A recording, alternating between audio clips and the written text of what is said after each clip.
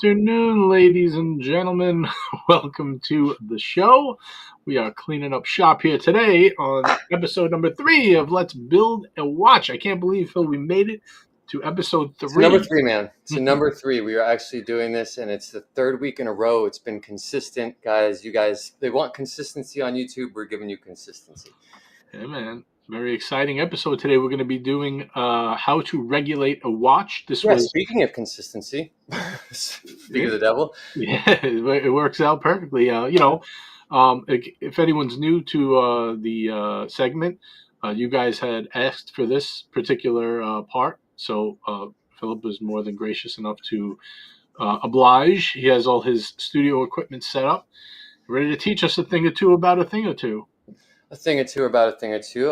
Now, mind you guys, I am still kind of a rookie at this, and I've been learning, and we're all kind of learning as we go. I just happen to like to help people and teach. So today we're actually going to be regulating a watch. And if you were here last week, you might recognize this. This is the watch we built up last week. It's an automatic NH35. It's got the James Bond dial. It's based off the Seamaster. It's a great watch, and I love it. So yeah, that's what we're going to be building up today. So do you have any questions before we get going, Jay? Were there any questions from last week that, we maybe need to address, or, any comments that we want to go ahead and address? There were no specific questions other than the regulating question, which we're getting to. Mostly it was compliments that everyone's enjoying. The technical talk, walking through how to do these things. We have some novice watch builders in the audience as well. So Cool. That's what we're here for. it's mostly cheering us on. People are enjoying it. So glad. Awesome. Let's keep this rocking. Well, without any further ado, let's go ahead and get into what it takes to regulate a watch. Some of the tools. Now, last week we're actually building a watch. I probably might not use all these tools, but I do want you to know some of the options out there. First things first, one of the first things, I always get yelled about this, but we have our finger cots. Now, no jokes from the peanut gallery, we all know, but these are what's going to keep your fingers nice and clean, or your movement nice and clean, and any fingerprints or, contaminants off the dial. So, or off anything inside the watch. So let's go ahead and get these on first and foremost. And I've already stretched these out, so I don't need to stretch them out too much more. And then we will go ahead and get the case cracked open. Now, I've already taken the case off the bracelet to save a little bit of time. No need to watch me struggle with that. No, it's really not a struggle, especially when you're using some pretty good tools. And, it makes it a little bit easier for you guys. But this watch, I threw it out of time a little bit on purpose for the video.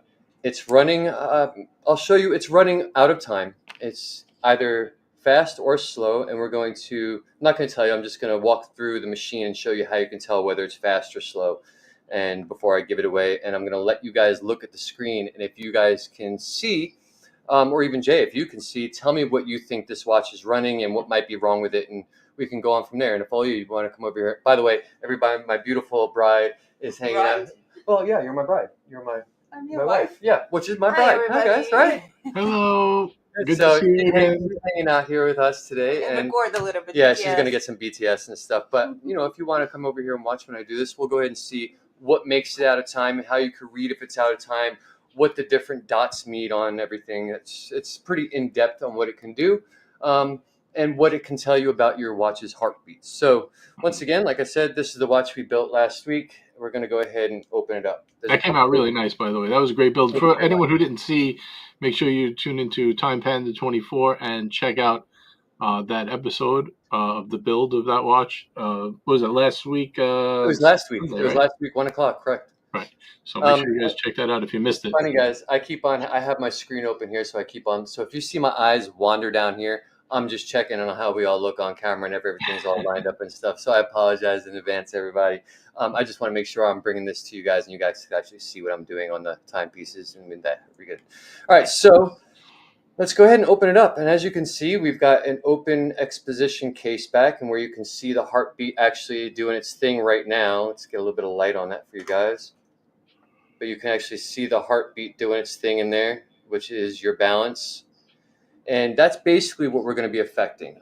That balance has a hairspring in it, and this hairspring causes that balance to oscillate back and forth.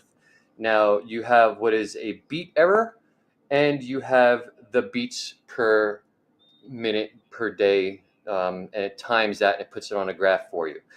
So what you're looking for is you want either it to be slightly fast or dead zero. I try to go around slightly fast, 1-2 seconds fast.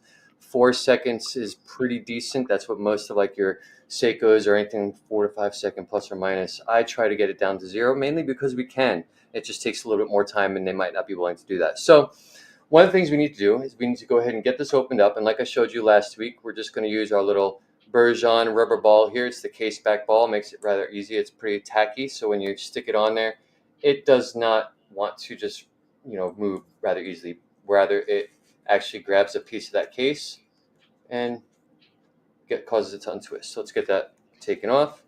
Matter of fact, before we even do that, let's throw it on here and see what it looks like. Sure. I saw somebody using like a clay ball to do this as well, but your tool is much cooler. Thanks, I guess. I think the clay ball, leaves residue behind, stuff like this. Right. This just leaves nothing. But another thing, we are putting this on this little piece of tool here. This is called your multifunction time grapher. What this does is this little piece of unit right here has different positions. You can roll it to imitate how you wear your watch or how it hangs all day. That's where you get this 5-position regulation in. This piece of machinery has a metal part on it and some other parts. So to protect a brand new watch that we just built, I typically take one of these little pieces of plastic. Once again, they come on like your watches that you just buy from wherever you get them. And I just wrap it around here real quick. Give it a nice little just protection around it, a little extra guard against. And then you put it in with the crown in this little plastic receiver part. And now you'll be able to see and hear soon. I got one question for you before you move on. It's kind of a little off, but similar to what you said about the crown. Now, when you attach a crown and a stem, is that permanent or do they unscrew? Do you like Loctite those, or do you just kind of screw them in? So when you put the crown on the stem, as you're cutting and trimming, you don't Loctite it because you're going to need to take it on and off, and then you need to test it in the case. And there's enough secure of that crown to the stem for a couple of tests. Make sure it seals up and it seats really nicely and clean and it's perfectly cut right. And you can pull it out all the way. You feel it detached from the barrel or the tube, and you can actually set the time and change the date. Once you know that is good, then you can open up the watch again, or it's most likely already open. And there's a little tab that you push in the movement, which will disengage the lever that holds your stem in place. And when you push that tab, it allows it to slide out. And now you have that stem free, whereas you can go ahead and remove your crown. And this is where it works perfectly. I'm going to go ahead and put a little bit of blue Loctite on there, just a little bit, just a little tiniest little drop. Screw it on and then clean it off with your fingers, a little piece of paper towel or something like that. Make sure there's no leftover pieces of fabric on there or anything like that, because that can work its way into the movement and get in the gears and stop everything. But once you know it's clean, pop it back in and that crown will stay on there. Now, if you want to remove that crown, just take a nice pair of needle nose pliers and give gentle pressure, and then eventually you just feel it break and it'll twist off and clean it out and you're good to go. Oh, all right. Good. Yeah, so it kept long. Just wanted to explain that a little more in depth. Long story short, yes, it can be replaced, repaired, and reused. Okay, good to know. All right, so here we are with our time grapher now, and as you can see, if you've been watching in the background, and now, can you all hear that? By the way. Oh yeah. All right, so this is basically the heartbeat of my watch. It's running at a 53-degree lift angle, and it's at a 21.6 hertz, and I'm running with a 0.3 second beat error, which means as opposed to a perfectly spaced tat, tat, tat, tat, tat, tat, tat, there's a little bit of a variance to where it's off by 0.3 seconds. So that 1 2 1 2 1 2 1 2 that you're hearing, it's not the perfect space apart from each other. Gotcha. So that is called your beat error. And then you have right here, which is my 8 seconds plus or minus. Now, if you notice these little dots that are going on, it's actually picking up my voice. Or if I tap the table, you'll see, or tap the machine, it'll look like a snowstorm. See that? And it throws off. So it's actually feeling the little vibrations inside here, which is giving me a beat. But since it's just me tapping it, it's no longer these snowflakes right here. It's now this straight line. But as you can see, the straight line is moving in an upward direction. So it tells you mathematically as well as visually what your watch is doing. Now I'm going to go ahead and take this camera, keep it on this the down-facing camera, if you don't mind, Jay. Sure. But we're going to go ahead. I'm going to show you. If you look at this line right here, if you look even closer, see this? It's basically two sets of dots rather close to each other. Okay, those two sets of dots show me my beat error. Okay, the closer those two sets of dots are to each other, the least my beat error is. So if I get that beat error down to 0, there's not two dots, it's just one line of dots either going up or down because it's either fast or slow. That is adjusted by two different lever arms, which will show you inside the movement. One adjusts the beat error and one will adjust its seconds per day, the speed of it. So I'm seeing it's running at a plus 7 seconds a day. Not horrible. I mean, that's 7 seconds a day. Do the math over a month. I don't wear a watch long enough to where I don't need to wind it and reset it in the first place. So that's not a huge deal. But some people really care about that. I do care about it, although it doesn't really matter to me. But because of what I do, I care enough to want to make sure that that is taken care of, that we're putting out good products. So, like I said, I'm at a plus 7 seconds per day. I'm at a 20 or a 275 amplitude angle. That's how much actual rotation this thing is doing. Is it doing a full 360 spin each revolution? You don't necessarily want it to. 300 to 260 is pretty okay. Anything less than 260, it's losing a little bit of its power, which could be why it might be keeping some good time.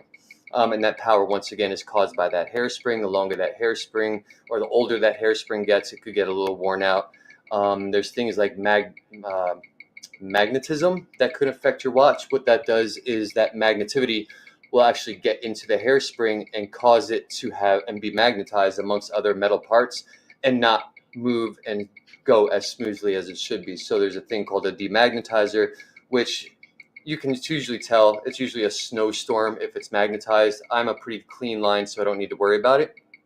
But if you see a snowstorm, first thing you typically want to do is, okay, it might be magnetized. Let me go ahead and demagnetize it and start from a clean slate. But now that I already know that I'm a clean slate, I'm just dealing with my plus or minus and my little bit of beat error. We're going to go ahead and just open it up and worry about my seconds per day gain or loss. One thing to note, the NH35 will always run at a lift angle of like 53 degrees. So you have to make sure that this is reading a 53-degree lift angle, or else it will be giving you an inaccurate reading.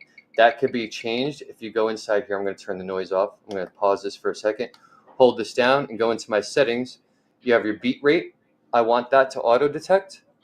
I have my lift angle, which is 53 degrees, which I can go ahead and go in here and set using this up or down. I already set mine to 53. My test period I have set for 12 seconds, and I'm going to do it in English, obviously. So let's go ahead and get this graphing again, and that's what it will look like. I have two dots equally spaced, and I'm at 6 seconds per day. So now that we know that information, I know it's while the NH34 is the same.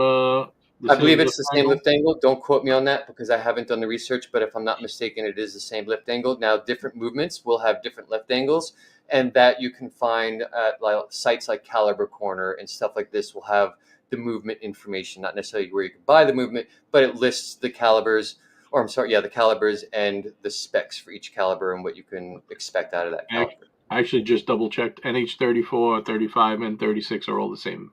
Yep, kind of figured as much. It's all built on that same framework. All right, so let's go ahead and get this opened up, bud. And we'll see what's going on inside here. Now, there's a couple of different ways you can do this.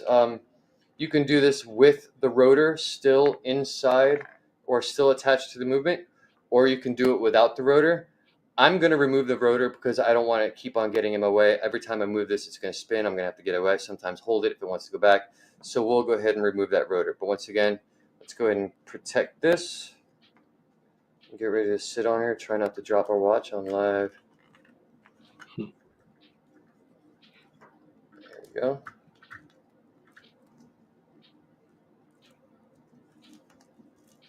You guys can see that all right? Yep. And I'm blocking that view. I'll tell you what. That's all right. I'm good. Can you guys still see it somewhat? There you go. I can do this. So some of the tools we're going to need. We've got your tweezers. I'll do it right here. Sorry. We'll go right here. We've got tweezers, both metal and plastic. For this, I'm going to attempt to use the plastic. The plastic is merely just to take my rotor off, and I'm doing it with plastic because this steel might be harder and or the same hardness as my rotor, and I don't want to scratch it, so I'll remove this with my tweezers. But then we have our wooden dowel, both sharpened and sanded to keep any burrs off it, and then cleaned, so this way I'm not going to drop anything inside my movements. And then I also have these little plastic pushers, which essentially are the same exact thing but plastic. I like to use, this one has a little blade on it, this one has a wedge. Both are good for pushing and poking and prodding and all that good stuff. So let's go ahead and get started with taking off our rotor, which we're going to need our other tool, and that is our screwdriver set by Bergeon, or just a decent, well-sharpened set of screwdrivers that aren't going to mess up your movement. So boys and girls, give me a second. Let me go ahead and get this off of here. And I'm going to take a breath. Guys, take a breath. Don't mess up your inside with a metal tool. Be very, very slow. You don't need to rush. The thing is, it's blocking the view of it. Oh, there we go. There you go. I can do this without that. Like I said, we don't need to rush. Hold the rotor still. Give it a little bit down. And there we go.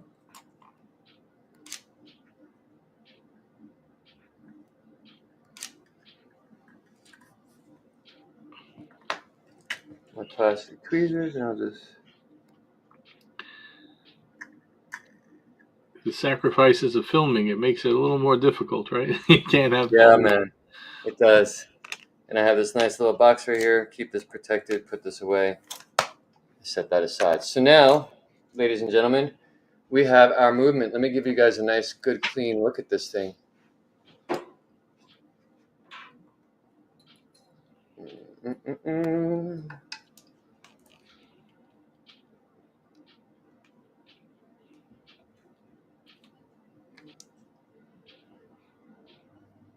All right, so now you guys should be able to see what I'll be doing here. If you look, that moving part, that is your balance wheel. And if you look even closer, I'm going to use my plastic poker tools because I'm very close to the balance wheel. I have these two little levers right here. We have this lever and this lever. The lever closest to this bridge right here, that one is the one that's going to adjust your beat error. We're going to stay away from that one for today. There's no real need to mess with that. In fact, if you do some research, the best beat error for an NH series movement tends to be 0.3, which makes it operate the most accurately for some reason. I don't know, but that keeps the best time at that beat error. So we're not going to mess with that too much, but I will explain and show you how that messes things up and how small you actually need to move those things, as well as your time, the one that's going to either speed or slow up how many seconds per day. Now, if you also look at this bridge, you'll see a little arrow, maybe not on this view right here so much, but definitely I'll take some pictures and we'll leave it in the comments and maybe even share it on the Instagram. By the way, go check out the Watch Hangout Instagram channel as well as Time Panda Watches Instagram. We'll go ahead and take some photos, and I'll even pinpoint a couple of the things I'm talking about. She's taking some photos, and we'll get some little details so you can understand what I'm talking about here. But right here, we have a plus and a minus, and we have a little arrow, and this arrow is attached to the lever arm on this little adjuster right here. So plus, if I want to speed up my seconds per day, right now it's running fast, so I don't need plus, I actually need minus. I'm actually going to move this little lever, very, very, very small movements, very carefully, as not to touch or even come close to that hairspring, towards that negative sign, which is going to slow down my movement. So what I'm going to do is I'm actually going to do what I think is a rather extremely big movement. And I want you to watch what it does to my time grapher and how much faster it will make this time go. I'm actually going to put it towards the fast. Let's speed it up a little bit. Now remember, guys, you want to do this really carefully because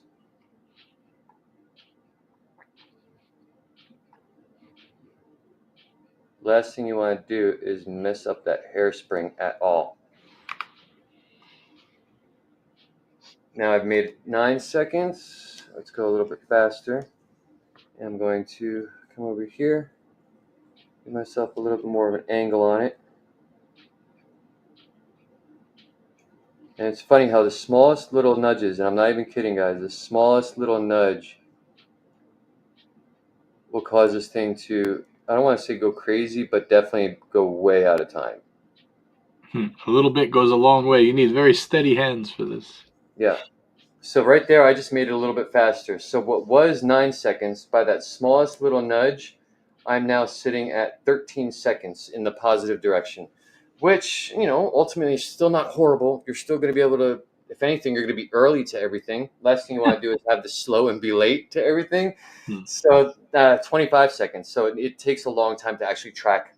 I give it 12 seconds to actually get. So right now I'm sitting at 28 seconds in the positive. I've sped this thing up by 20 seconds just by that smallest little microscopic move. So it literally comes down to some of these, you just need to kind of touch it a little bit, and that smallest little microscopic move will be enough to have made the change you need. So I'm going to get in here just a little bit again, and I'm going to push this now back into the negative.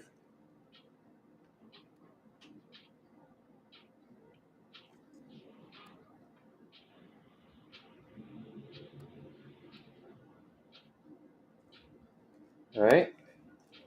And I'll just do a start, stop, and do a reset and let it kind of give me a perfect. Oh, wow. Did I just nail it? Hey, guys, I told you I was good. I'm literally at a 0. I literally just breathed on it, and I got it down to a 0. Can y'all see that on this camera here? Check this out. Hold on. And there you go, guys. Oh, wow. 0.1, huh? And I brought it down to a beat of 0.1 milliseconds. So, guys, and see what I'm talking about now? How this line is now just one set of dots. And if you look, there's like 2 dots here, up and down, but it's almost a steady line now. Let's see a better angle on it for you. All right. See that? Oh, yeah. It's a steady line where these are kind of scattered. That's that 0.1 millisecond right next to each other. So that's kind of what you're going to get by messing with the, your movement and not calibrating, but regulating it and getting that beat error and your timing right. Because now, if anything, I'm a little bit slow and I have been moving this around. So if anything, I might speed it up, just tap it, which will bring it back to that 1 second, or I can just watch it and it'll change back to 0 seconds because it was from me moving this around and it getting insensitive. So that's really the art of kind of timing and regulating your watch. What you're trying to do is you're trying to get it to stay the most accurate for the longest amount of time. And I'll sit here and listen to this for hours, literally, because one, it's soothing for me. I can turn off everything. I can listen to it. It's like a heartbeat when you're in your mother's womb. It's pretty soothing. It's a known fact. So having this go nonstop and being into it, okay, I did that, and we got this down to a perfect time, and awesome. It didn't take me an hour like the last one. Eventually, you just get good at this, and you get steady hands and small movements, and you figure it out. Now, is this something that you do on all your builds? Because this seems like super tedious. Like nobody goes above and beyond. Like Seiko doesn't do this, obviously. They do it within. I don't know if they. I'm not going to claim they do or they don't. I know I do.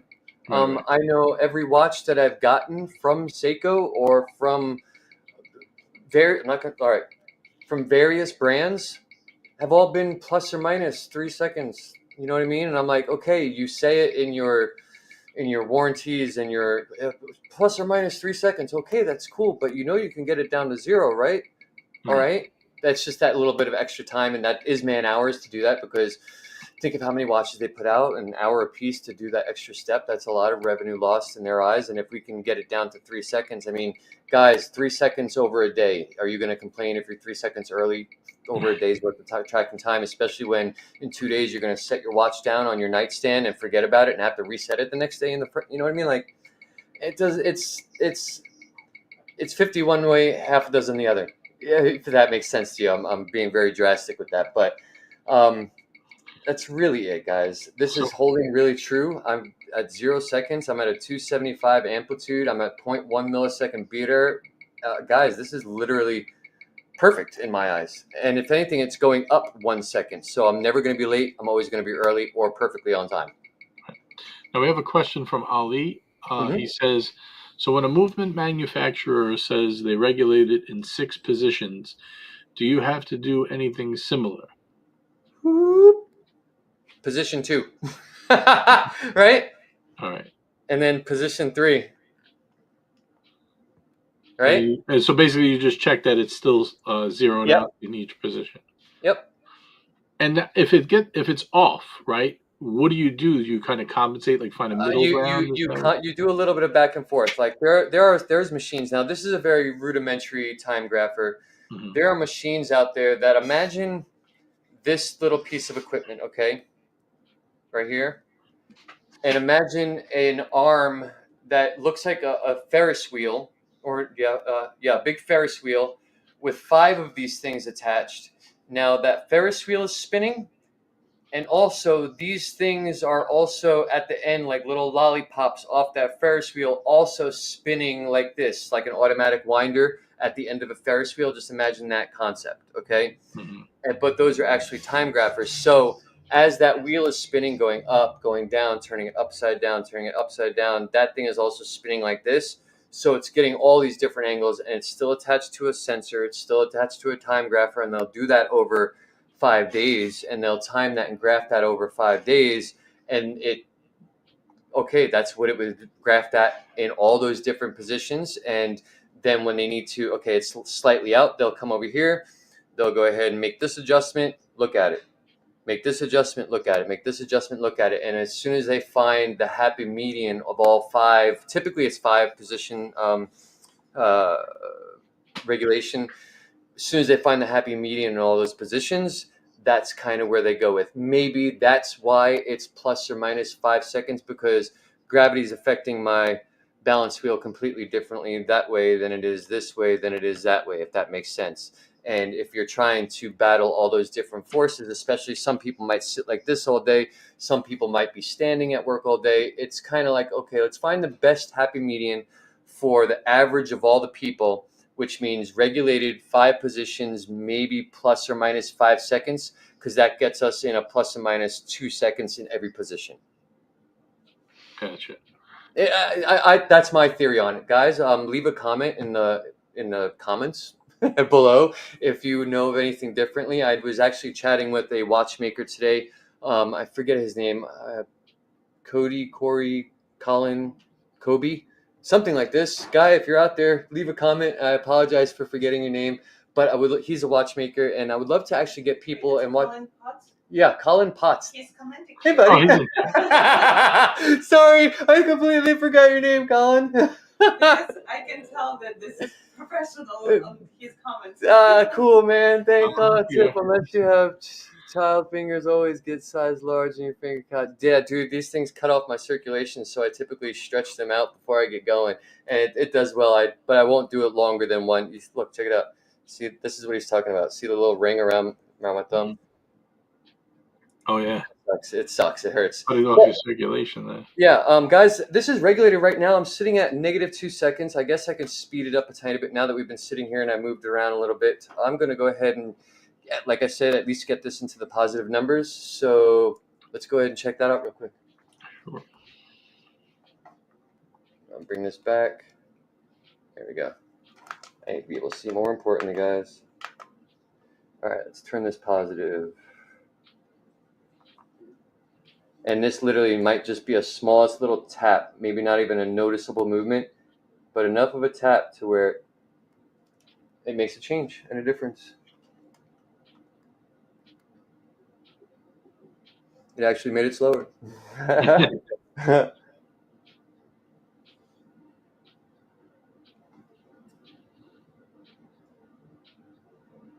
Now, another thing I found, if I can rest one side on it, or if I can rest one side of this along something and kind of push it in at a very narrow angle, that will keep me from making any stupid mistakes and hitting that hairspring.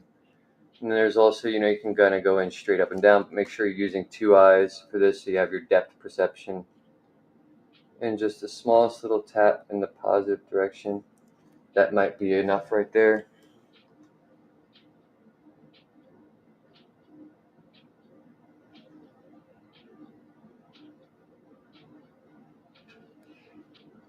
I'm still at a negative if I'm not mistaken. So let's go ahead and small little nudge.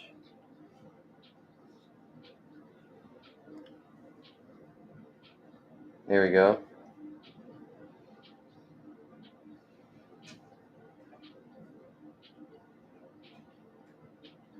And ladies and gentlemen, I believe that's got me at a +1 second. And I'm going to be okay with +1 second because, like I said, I'd rather be earlier than late. And +1 second gives me a little bit of leeway, and it's nice and clean. I'm at a 0.1 second, or I'm sorry, a 0.1 millisecond beat error, and I'm at a 271 amplitude. Guys, I'm holding nice and true. What do you guys think? Leave it in the comments. Did you appreciate this? Would you like to know more? Would you like me to go ahead and mess up the beat error and possibly potentially destroy one of my watches? Because I'm not a professional. I'm still learning, and we're doing this all at the same time. And I would love for you guys to keep on learning this with me.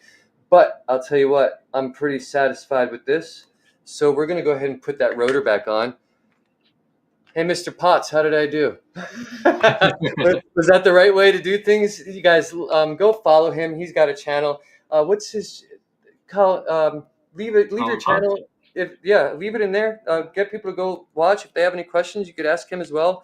He's, I'm sure, far more knowledgeable than I am at the moment. He's been doing it a rather long time, from what I can see. I don't know too much about the guy, but from his setup and what I've seen him working on, rather, I would ask him some questions if that makes sense. Sure, that'd be cool. Thank you for chiming in the chat, Colin. Greatly appreciated. So now, once you're all set, it's just pretty much rebuilding back. Button it back up, yeah. Make sure you're careful with how you do things. Don't mess anything up. My next question was: as you're putting the rotor back on, is it possible to knock anything out of position? Yes, it is. So if you notice, I'll show you right here. Let me take this off rather gently. Yep. And now I'll actually do it how I want to. So if you notice, we've got the balance wheel back there doing its thing, and this whole system right here is called the escapement. Inside the balance, it goes to the balance, or the balance. Jesus, it goes to the pallet fork. I'm sorry, guys. It goes from your balance to the pallet fork, from the pallet fork to the escapement wheel, and this whole system right here is called the escapement. The whole little thing that does all of the heartbeating and stuff. But you can essentially, ultimately, accidentally tap this balance wheel with your rotor. So I would like to try to, when I'm putting this on, put it to where the rotor is going in back here, which is away from that balance wheel. And I'm doing all my work away from that balance wheel, and you'll feel it kind of seat on top of its little screw head here. I'm going to cover this angle up, so switch out of this for a second so I can get a better angle. Sure.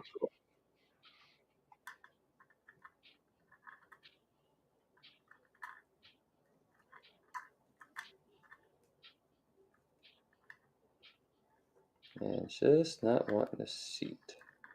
There we go. And once you get it seated, you'll know when it sits on there nice. It'll kind of fall into that little slot. Like I said, once again, guys, just nice and slow. We're not in a race here. Let that screw head seat on there, and just make sure you're not moving that screw head around at all. And you have no interference with anything. Nice and steady. Put some down pressure on it, just a little bit to keep it in place, keep it nice and level. And then you get your wood dowel, hold your rotor in place, not leave any marks, no metal tools, give it a little bit of a snug torque click. There we go. And then you get your puffer tool. Where's my puffer? I think I put it up here. Yep. I'm going to give a couple of good little puffs, make sure it's nice and clean. I'm still holding 0 seconds per day, and obviously you're going to see some distortion over here on my datagrapher when I'm puffing it, because I'm actually putting wood in there and disturbing the beat and everything. But then you're just going to make sure your gasket is set on there nice and in its seat. Matter of fact, good practice, you open this up while you're in there. It's like one of those while you're in there things. Go ahead and lube up your gaskets. A little gasket lube right here. By the way, we dropped the link for Colin's YouTube channel. Watch off the top. Go. There we go. That's in the chat. There you go, Colin. You're welcome, buddy. Game, respect, game, man. No, real respect, real. He said you did great. He said. Oh, thank you very much, buddy. I really do appreciate that, man. This is really just me learning as I go, and really excited about what I'm learning and wanting to share that. I think if more people understood this, I think the more they would know about their watch, which means they might respect what's actually going on inside there. They might value it a little bit more. They might not throw it down the steps when they get mad at the end of the day. You know what I mean? Little things like this. That stuff, it can really damage your watch.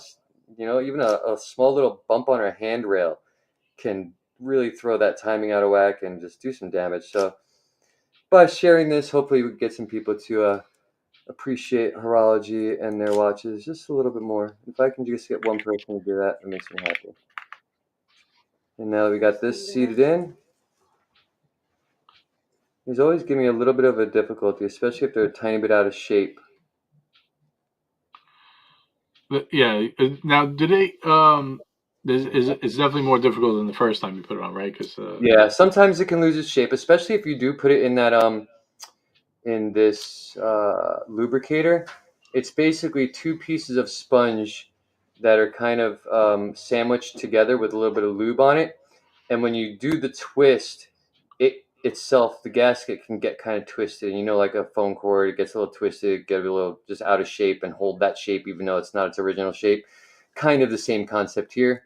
So you kind of let it find itself a little bit, and you be patient. You don't need to rush. We've got time, guys. Literally.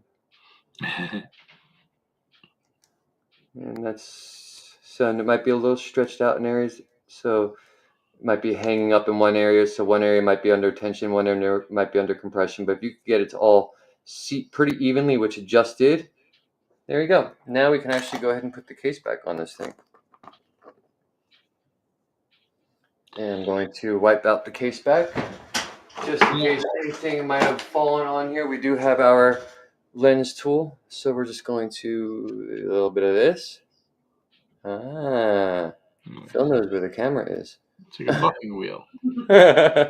Kind of, but just a little more like a felt tip that's not abrasive at all, and just kind of clean it off. And now if it's glass, I'll always go from the center to the outside. And then let me take a breath and set this on here nice and smooth.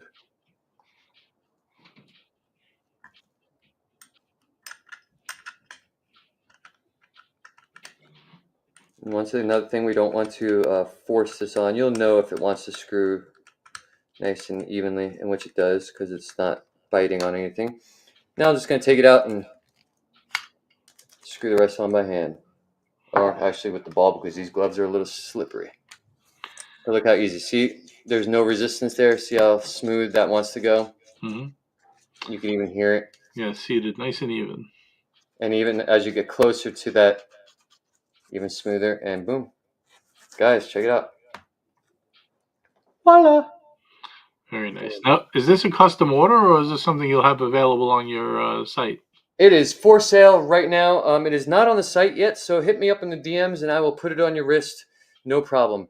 But most of our stuff right now isn't currently on the site. But if you go to the Instagram, a lot of the stuff that is available is on the Instagram. So if you want to hit us up, you can go to timepandawatches.com, make one of those purchases, which are available also, or just hit me up in the DMs, hit Olya and her DMs, and we'll go ahead and help you guys out.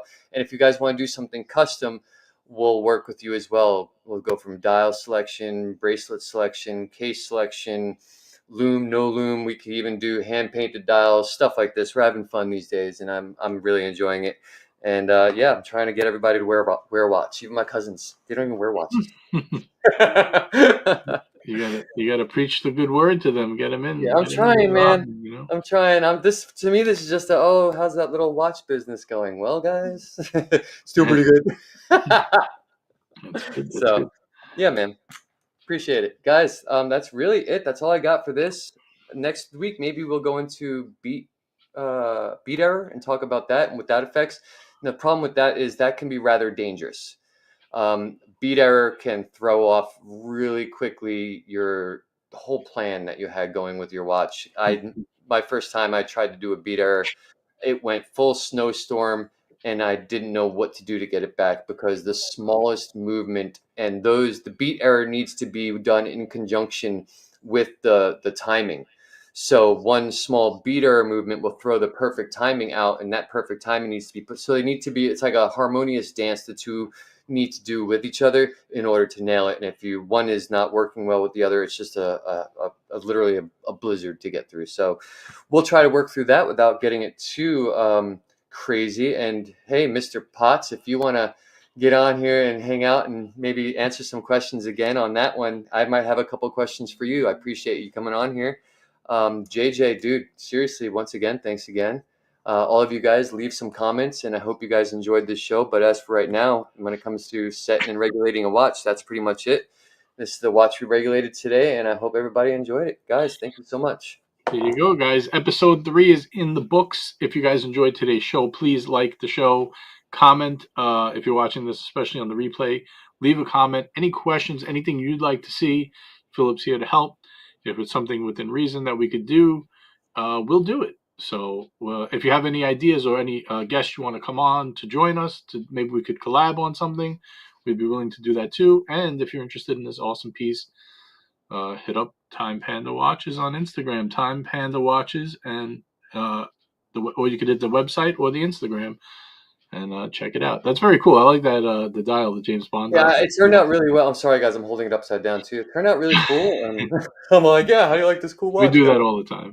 I do, man. I'm sorry, guys. I'm sorry. But hey, man, that's it. That's a wrap, guys. I appreciate y'all. And timepandawatches.com, timepanda24 on YouTube, Time Panda Watches on Instagram. We would love to just have a chat. Hit us up. All right, guys. We'll see you in the next one. Thank you, Philip. Are you going to be doing a live on your channel anytime soon? Yeah. Well, I'm kind of keeping those a little bit more scarce. I might do some ASMR one where it's just fully quiet, nice close-ups. I don't know if I'll do another live one because I want to get more into actually producing that. But yes, we will be doing some lives and some chats on there. So stay tuned, guys. There you go, guys. Make sure you subscribe for the latest and newest content that Philip puts out, and his lovely wife. Thank you very much. Appreciate you guys. That's that, guys. We will catch you tomorrow for Sunday Fun Day live stream. Make sure you tune in, and we will see you guys next time. Later, guys. See ya.